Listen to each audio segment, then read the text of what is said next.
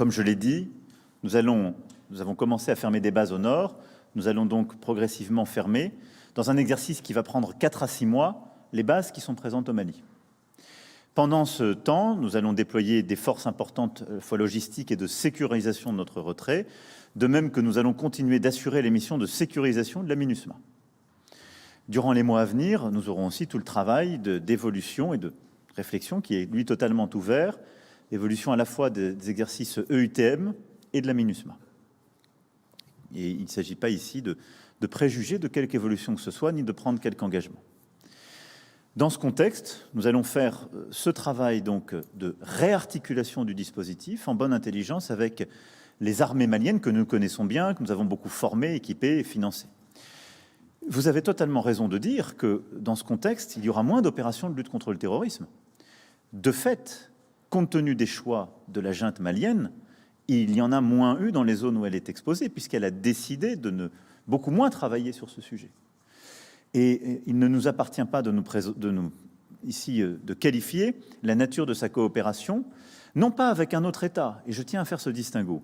Le Mali est totalement libre d'avoir des relations, de structurer des relations militaires avec la Russie. Il en a d'ailleurs eu historiquement depuis son indépendance.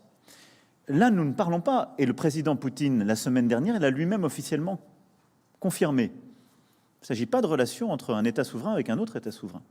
Il s'agit de l'embauche par la junte malienne sur la base de financement qu'il appartiendra de clarifier pour le peuple malien lui-même, de mercenaires qui viennent essentiellement sécuriser leurs intérêts économiques et la junte elle-même. C'est ça la réalité de ce que nous voyons. Et donc dans ce contexte-là, ça c'est la responsabilité de l'État malien. Je n'ai pas à le qualifier, je n'ai pas à m'y substituer, ce n'est pas la responsabilité de l'armée française.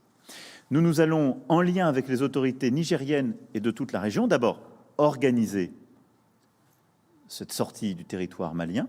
Nous préservons nos forces qui sont au Burkina Faso, nos forces spéciales, et nous allons réarticuler autour des forces qui sont déjà présentes au Niger, en lien étroit avec les forces armées nigériennes, le dispositif qui sera africano-européen.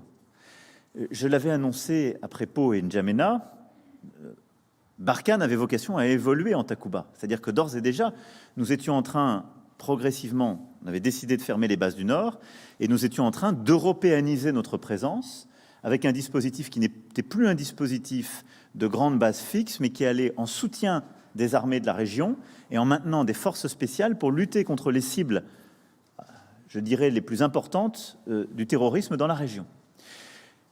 La nature de ce dispositif et son esprit demeurent, mais il dépend de ce que nous allons discuter avec nos partenaires africains dans les prochaines semaines et les prochains mois. Et donc c'est l'expression des besoins des armées du G5 Sahel et de l'initiative d'Accra, en lien très étroit avec la CEDEAO, qui va recalibrer le soutien des Européens, la France étant en quelque sorte la nation cadre au sens militaire de cette intervention. Soutien en termes d'équipement, de formation, de coopération, et soutien également par des forces spéciales dans la lutte contre le terrorisme. C'est comme ça que nous allons réarranger les choses.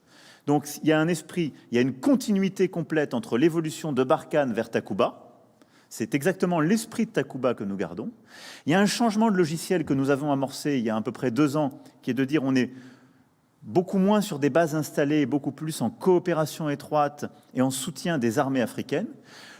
L'inflexion qui est portée par nos décisions de ces derniers jours, c'est que le cœur, si je puis dire, de cette action ne sera plus au Mali, mais sera au Niger, toujours dans la zone des 3 frontières, et je dirais de manière peut-être plus équilibrée, répartie entre tous les pays de la région qui le souhaiteront.